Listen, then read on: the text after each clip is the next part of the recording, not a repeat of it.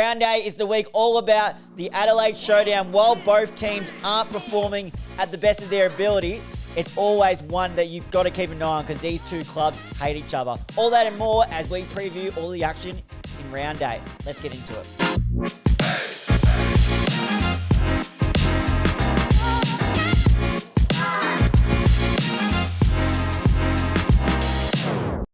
Hello, everybody, and welcome back to the Up the Guts podcast. Joining you as always is your host, Trent D'Alton. Some of you might know me as Tricky. And yes, this is the preview episode where we preview all the upcoming games in Round 8 coming up. But before we get into that, we're going to go back over and have a look at how the Up the Guts tipping competition is going and how it stands right now. So without further ado, let's get straight in to having a look at as the competition stands right now. Have a look if any places have changed. So at the top of the ladder, we've got three players. They're staying in that position is what that means. On top of the ladder, it's former co-host of the show, Will Dis, or as he's known as on the tipping comp, Fight Your Mate's Dad. In second place, another former co-host of the show, Connor sits in second. Fig Jam in third. Zach jumps up to fourth. I go down to fifth. Corey jumps up to sixth. Della, last year's winner, drops down to seventh. Big Hungry stays in 8th. Hodgie stays in 9th. Glenn stays in 10th. Logan comes up to 11th. Big Pistol jumps up to 12th. Aidan Miller jumps up to 13th. Adam Brogdon jumps down to 14th. Jai stays in 15th. JD Hawks fan drops down to 16th. Wendy stays in 17th. Chris in 18th. Adam in Scaffing in 19th. And Uncle Ron in 20th place. That's how the Up the Guts tipping competition is looking. So at the moment, it is Will Dis, Fight Your Mate's Dad on top of the ladder with all the bragging rights. Now let's get into previewing all the action in Round 8. Thursday night, we kick off with the Magpies v. the Hawks at the MCG at 7:30 p.m. Now, I myself am, as we know, a Collingwood supporter. And I'm also living in a household where my brother is a Hawthorn supporter, and I am very, very nervous about this game because the Hawks look really good. Currently sit third on the ladder and have won their last 5. The Magpies sit 8th on the ladder, have won their last 2, dominated the Bombers in the second half at the MCG on Anzac Day, but it is Essendon. I don't know what to take of it. One thing that we know is both of these sides' defense is elite. They set up really well behind the ball. Obviously, Hawks, Barras, Sicily, Battle, and then you got your running halfbacks of Weddle, Amon, Impey, all down there. Scrimshaw when he's down, Scrimshaw as well. As for the Pies, it's no Darcy Moore, but it's Frampton, Howe, Quaynor, Maynard, Houston, Perryman spends a bit of time down there. Chris spends a bit of time down there. So you know that. But the Hawks definitely are funner and move the ball a bit more exciting, and they have that little bit of hunger in them. And their forward line is going really well. Jack Gunston, obviously.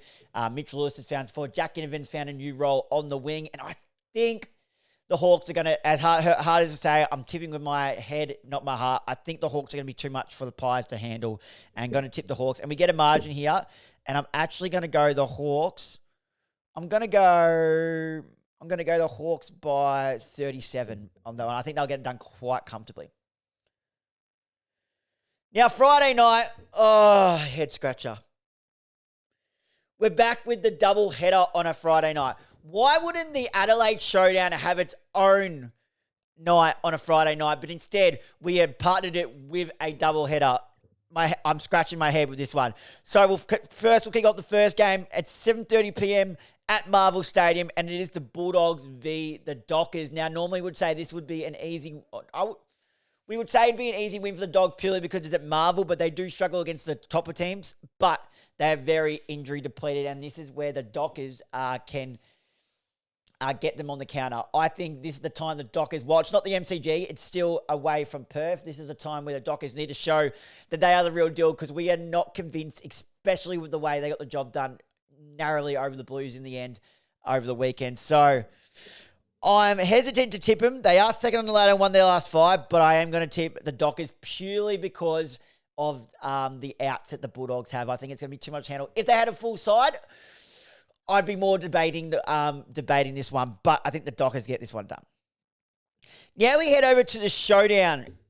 We mentioned it in the intro. These two clubs hate each other. We know the build-up's going to be big between the two clubs. Both teams aren't going the best. Adelaide, obviously, up forward. I think, Thilthorpe's a bit out of form. Fogarty can't get his body right. Rochelli's been, I think Rankin's still finding his feet in there. Where Port can get on top here is through the midfield, because we've always said this Adelaide midfield is very vanilla. While Rochelli has found a bit of time through there, I don't think he's going to be necessarily your answer when you come up against Butters, Horn-Francis, Drew. Who else am I missing? Butters, Horn-Francis, Drew. Mararis. Oh, is that... I can't say his name properly, but you know exactly. He had a really good game last week. Burgoyne had a good game off a wing as well. So I think this is where they can get on top of it. And Jordan Sweet played a really good role as well. Bringing in Dante Visitini and rotating them through the forward worked really well as well. And it's going to be the big question of who gets the job on Mitch Georgiades, the informed forward, probably one of the informed forwards in the comp. Just if he had his kicking boots on, he could be an absolute superstar of the competition. So they'll have to keep an eye on that one.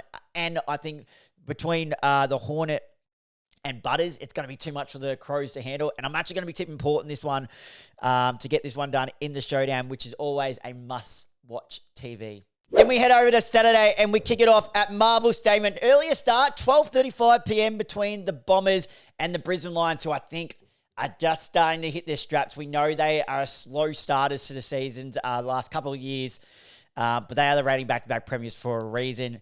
Essendon, obviously without Ridley, we know how much of a weakened side they are, and I think the Brisbane Lions could win this in a big way just to show everyone, hey, we are still the top dogs in the competition. So I'm going to be tipping the Brisbane Lions. Then we head over to Optus. So we have a 12:35 p.m. game. I'm assuming, obviously, because we had a doubleheader on a Friday, it's going to be less games on a Saturday. But we have to wait all the way until 4:15 p.m. Obviously, earlier on because it's in Perth, Optus Stadium. West Coast v Richmond could be a real chopstick type match, this one. And I'm not going to spend too much time previewing this, other than I think Willem Dersma is having a great first year, and Harley Reid's playing some really more consistent footy. West Coast Eagles, I'm going to be tipping to win their second game of the season, purely only because it's at Perth. If it was over at the MCG, I'd be more talking about it. Probably still would go West Coast, but it would be more a discussion to have. Okay, I'm really confused here. I know it's because it's at different states, but why do we have a Saturday game at 4:15 p.m? I know Connor, I think this is mustang. I didn't properly look at Connor's message in the Up the Gut chat. Sorry, Connor, if you're watching this. But he said this is some terrible scheduling of games. I'm assuming this is what it is. So we've got a 4:15 p.m. and then at GMHBA at 4:35 p.m. I get it. It's different times because it's at different states, but it's not different to watch it, if you get what I mean. 4:35 p.m. at GMHBA Stadium. It is the Cats v North. Now, we mentioned already North were robbed last week. Cats went down to Port Adelaide, and I think they would have got a little bit from Chris Scott behind the doors. We see the calmness of him in interviews, but I think he would have put on an arrow saying, hey, we don't drop those games, and they will come out on a redemption and win this one as well. I think this could be another game where Jeremy Cameron or Shannon Neal gets off the leash. That's the big question down there. North Melbourne is still their defence. We know Charlie Comben pulled out last week because of sickness, and he is still sick. He pulled out of his work of 200 plus podcasts as well. So be interested to see if he gets up. Another key tool would be good down there to either take Shannon Neal or Jeremy Cameron. But I think that's where they could go. And people like Bailey Smith don't take those losses kindly. So I think a big redemption game there, maybe even pencil Bailey Smith in for 35 plus here. But I think the Cats get this one done at home. Saturday night, Marvel Stadium again. Interesting. Anyways, it is Carlton v St Kilda. It's the Jack Silvani and TDK Cup, this one. Is this one where Carlton get a win back? Absolutely not. Was really impressed with St Kilda lately. These last two games, I think they're really starting to find their feet. And then, obviously, with that big 101-point victory over the West Coast Eagles, I think they're starting to find their feet. Who was I saying? Callum Wilkie. What an absolute gun and warrior he is down there in that key defensive stock. He's doing amazing. Jack Higgins, take your hats off too. I think he's having a really good year. To Wangani Malira, obviously, not to mention I think TDK can lift a little bit, but I'm liking the Saints. I'm really liking them. I've mentioned my love for Max Hall. Who else? Well, we can keep him going. Mitch Owens is being consistent. I think he has been these last 2 years, though. Jack Sinclair, again, is probably racing towards another All-Australian Blazer. He's been enormous. So I'm going to be going the Saints in this Saturday night game, and quite comfortably. Going to be big questions at the Blues, who currently sit 16th on the ladder and have lost their last 5. Does George Hewitt come back in, or did something else go on there? Wait to see that unfold. Just the 2 games on the Sunday, and we kick it off at 3:15 p.m. at the SCG between the Sydney Swans and the informed Melbourne Demons, who currently sit 4th on the ladder and arguably might have one of the best players in the competition right now as we speak, Kozzy Pickett. Absolutely tearing it up. And it's going to be Kozzy Pickett. No, I was about to say Kozzy Pickett for Isaac Heaney, but Isaac Heaney, believe, is injured. That rings a bell. Let's have a look. Heaney, I was going to say the 2 in form, probably top 2 players nearly in the competition, but Heaney injury, Isaac Heaney injury update. Okay, injury update round 8.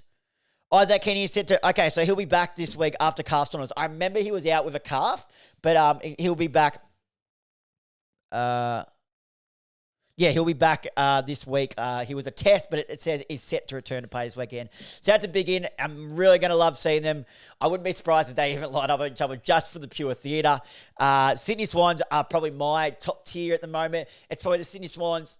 no particular order, probably Sydney, Hawthorn and Brisbane are my 3 at the moment. Really impressive down there, Sydney Swans, and that's even without Errol Goulden. I think Nick Blakey's been unbelievable. Jai Sarong's played a really good role, whether it's down in the back line, whether it's off a wing. I think he's been a really good pickup. Charlie Curno's done his thing. Tom Papley just keeps on doing his thing. We've mentioned Justin McInerney. Didn't kick a goal last week, but we're still in the disposals. I think the Sydney Swans give Melbourne a little bit of a touch-up here. I'm saying maybe 40 points. And the last game of the round, it is the game of the 2 babies. It's Gold Coast for GWS at People First Stadium, and it's a 7:20 p.m. Sunday night game. Now, the Gold Coast have had a little bit of a roadblock. They came out firing, and we thought, okay, this is finally the year the Gold Coast Suns really mean the big deal, and they challenge for the flag. But they've been a pride average the past few weeks, and they're currently 7th on the ladder. They've gone their last 5 games, they've won 2 and lost 3. They've been, I don't know what it is. They're just not as exciting or taking the game on a bit more as much, leaking goals. Jerry West Giants, though, not much better. Currently sit 14th, and of their last 5, they've also won 2 and lost 3. Coming off a win just against North Melbourne. I'm going to be backing in the Suns purely because it's at People First Stadium, and I think they should be there probably realistically, they should be there prelim final week. But the way they've been playing lately, they're not showing it. If they can get back to their best form, they could get this done by 40-plus points as well. So I'm going to be backing in the Gold Coast Suns in this one.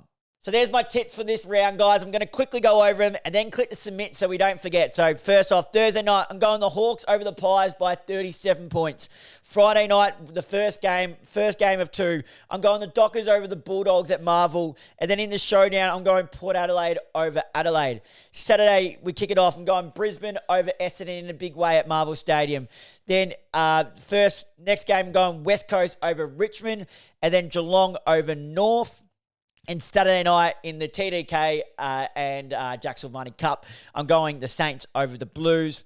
Sunday, I'm going the Sydney Swans by about 40 points to give a little bit of a touch-up to the Demons. While they are in form, won 4 of their last 5. I think this could be a little bit of a to the gut.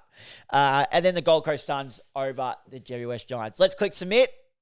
And our tips are officially in. So that is our preview for the upcoming round. Thank you guys for watching and listening along. If you're watching this on YouTube, make sure to leave a like and comment on this video, turn the notification bell on and hit that subscribe button as well. If you're listening to this via Spotify or Apple Podcasts, please make sure to leave a like and comment on this episode.